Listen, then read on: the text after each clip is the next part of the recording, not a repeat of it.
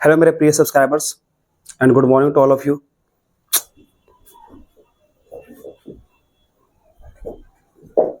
Hello मेरे प्यारे subscribers, चलिए आज हम लोग बात करते हैं एक ग्रामर के न्यू चैप्टर की ओर। आप लोगों को मैंने हिंदी ग्रामर में 1 से स्टार्ट किया था एकदम शुरू से। अगर आप 9th में हैं, चाहे 10th में, चाहे 12th में, चाहे किसी बोर्ड में हैं, अगर आपको हिंदी ग्रामर का नॉलेज चाहिए या फिर आपको पेपर क्लियर करना है तो ये सबसे बेस्ट है। ठीक है, आपके लिए मैंने प्लेलिस्ट को शूट करते रह रहा हूँ। वर्ण हो गया था, शब्द हो गया था, वाक्य हो गया था, संज्ञा हो गया था, सर्वनाम हो गया था, विशेषण भी हो गया था। इतने सारे चैप्टर्स को मैंने अपलोड कर दिया था।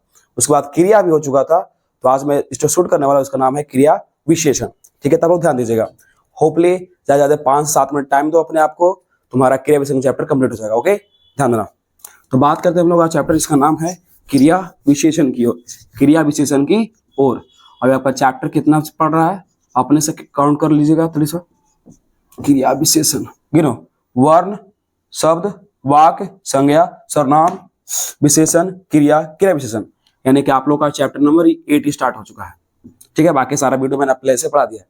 अदा देना। बात करते क्रिया विशेषण की। तो इसमें आपको दिख रहा होगा एगो क्रिया एगो विशेषण। तो कुछ होता नहीं है जो क्या करेगा ना कि जो क्रिया की विशेषता बतलाए, जो क्रिया की विशेषता बतलाए, विशेषता यानी कि उसके गुणों के बारे में बतलाए, उसी को हम लोग बोलते हैं क्रिया विशेषण, क्रिया विशेषण। लेकिन बाबू हमको इसको से कोई मतलब है नहीं। ठीक है, जहां से एग्जाम में क्वेश्चन आता है वहां से हमको मतलब है। तो इसके कुछ भेद होते हैं, ठीक ना, उसी को बारे में पढ़ेंगे।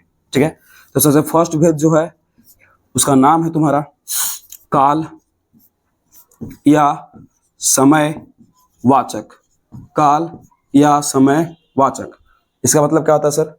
तो सिंपली आप ध्यान दीजिएगा, काल या समय वाचक का मतलब कि देखो ध्यान से, इसमें तुमको अपने से फाइंड करना है। ठीक है, कि वैसा कोई शब्द होगा, वैसा कोई शब्द होगा जो क्रिया के बारे में बतलाएगा और वहां कोई ना कोई समय को इंडिकेट करेगा। यानी कि आपको अपना सेंस का यूज करना है।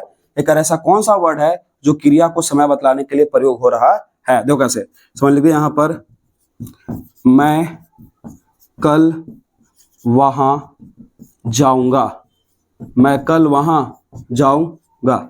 साधना, मैं कल वहां जाऊंगा। क्या जाना क्रिया है? अरे है क्रिया। तो यस सर। अब इसकी विशेषता देखो ध्यान से, अब खोजो समय कहां पर होगा। से खोजो तो नहीं, मैं कल जाऊंगा। तो कल अपने आप एक समय है कि नहीं, है ना? तो यानी कि जाऊंगा, लेकिन कब? तो कल जाऊंगा। तो क्रिया की विशेषता बतला रहा है कि हम तो जाएंगे, लेकिन जाएंगे कब? कल। तो ये जो कल है यहाँ पर बता रहा है, ये काल या समय वाचक को समझाने का काम कर रहा है। परसों मैं दिल्ली में रहूंगा।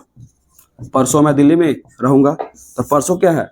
उस समय को बता रहा है। परसों क्या है? उस समय को बता रहा है। तो उसी को काल या समय वाचक कहते हैं। आगे चलते बच्चा नेक्स्ट पॉइंट। ये काल या समय वाचक हो गया।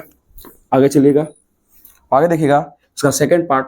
बस तुरंत खत्म कर देना, होता मिलने के कोई बच्चा ज्यादा नहीं, बस 4 को लेकर भेद होता है। बस सेकंड पर आओ। तो सेकंड का तुम्हारा जो नाम है, तुम लोग कभी अगर पढ़ा होगा तो कमेंट में करना। ठीक है, उसका नाम है स्थानवाचक। उसका नाम क्या बच्चा? स्थानवाचक। अब यह स्थानवाचक क्या होता है सर? तो फिर से वही दिमाग लगाइए, फिर से। ठीक है, अगर कोई शब्द देवल है, ठीक ना, वो क्या करे? वो क्रिया के स्थान को इंडिकेट करे। क्रिया के स्थान को इंडिकेट करे। कोई ऐसा शब्द जो क्रिया के स्थान को इंडिकेट करे। तो कैसे? एग्जाम्पल मैंने लिख दिया। एग्जाम्पल, अरे इनसे, अरे इधर आओ, अरे इधर आओ।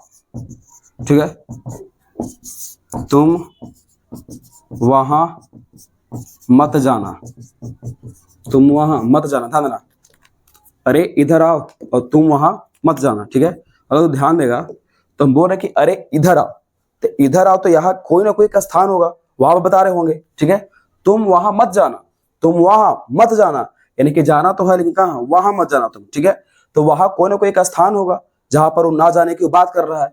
तो वहां क्या कर रहा है? जो वहां है ये किसी न किसी स्थान को इंडिकेट कर रहा है, और जो इधर लिखल गया है वो भी किसी न किसी स्थान को इंडिकेट कर रहा है। तो लिख रहा है मैंने बोल दिया कि यहाँ कभी मत आना, यहाँ कभी मत आना, या फिर यहाँ चले जाओ, तुम यहाँ चले जाओ। तो ना कोई एक स्थान बतलाता है तो उसको बोलते हैं स्थान वाचक। आई होप समझ में आ रहा होगा, बहुत सिंपल सा है। आगे देखिए थर्ड पर आते हैं हम लोग। पहला दूसरा खत्म हो गया।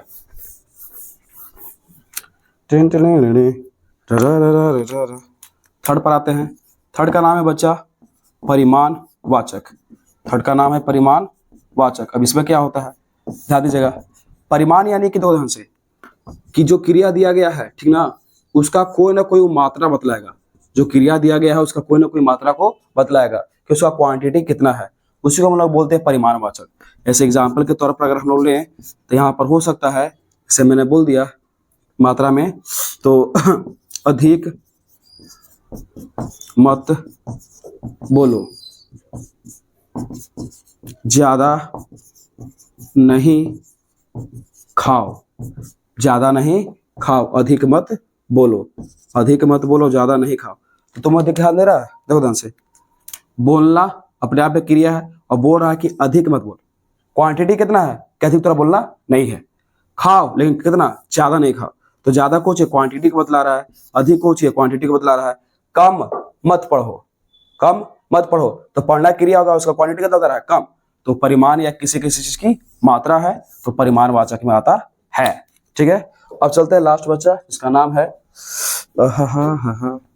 ला ला ला ला ला ला ला ला तेरे पापा।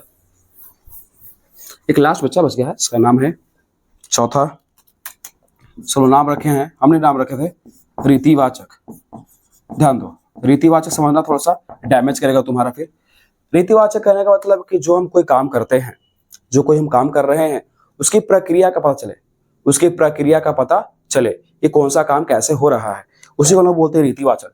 ऐसे मैंने बोल दिया कि यहाँ पर मैंने लिखा कि कोई क्रिया है, ठीक है, ये किस प्रकार से किया जा रहा है, उसका प्रोसेस क्या है करने का, ये किस प्रकार से किया जा रहा है, इसका प्रोसेस क्या है करने का, तो होगा रीतिवाचक। ऐसे मैंने लिख दिया कि मदन धीरे धीरे चलता है, मदन धीरे धीरे चलता है। ठीक है, तो ध्यान दीजिएगा, चलना कुछ हो गया क्रिया, चलना कुछ है क्रिया, और क्रिया की विशेषता बतला रहा है कि वो धीरे धीरे चलता है और धीरे धीरे उसकी प्रक्रिया है चलने का, धीरे धीरे कुछ उसकी प्रक्रिया है चलने का। तो इसी को हम लोग बोलते हैं रीतिवाचक, इसी को हम लोग कुछ बोलते हैं रीतिवाचक।